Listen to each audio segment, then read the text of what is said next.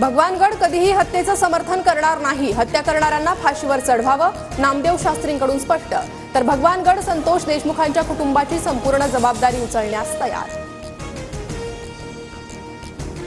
राज ठाकरेंना निकालाबाबत पडलेले प्रश्न हे यक्ष प्रश्नांप्रमाणे त्याला फडणवीसांकडून मिळणारी उत्तरही कदाचित रंजक असतील. या उत्तर संवादाची महाराष्ट्र वाट पाहतोय. मनसेनं निवडणूक निकालावर संशय व्यक्त केल्यानंतर सामनातून टोला. जनतेचा तुमच्यावर विश्वास नाही, तुम्ही आमच्यावर शंका कसली घेता? इतना सन्नाटा क्यों है भाई? हे कधी कधी कृष्णकुंज मध्ये पण विचारा. भाजप नेते आशिष शेलार यांची राज ठाकरेंवर टीका.